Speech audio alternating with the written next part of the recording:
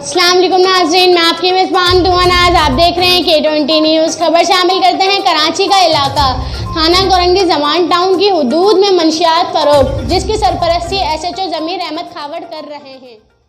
जी, आज हम आपको बताएंगे SHO ज़मीर अहमद खावड़ की एक और नई दबंग कारस्तानी।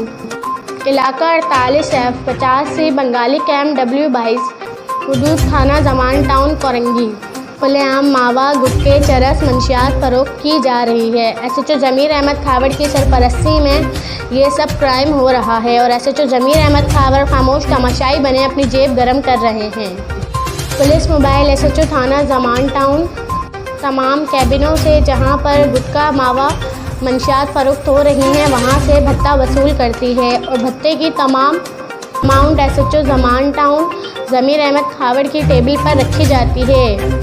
गुटका, मावा, मंशियात फरोख्त काफ़ी ऊंची सतह पर पहुंच रहे हैं और उनका कोई कुछ नहीं बिगाड़ सकता। लिहाजा अरबाबे इख्तियार से और SSP साहब और IG सिंध एडिशनल IG से अपील है, ऐसे काले भेड़ियों पर सख्त से सख्त कड़ी निगाह रखी जाए ताकि पाकिस्तान में रहने वाले बच्चों का मुस्तकबिल बच सके।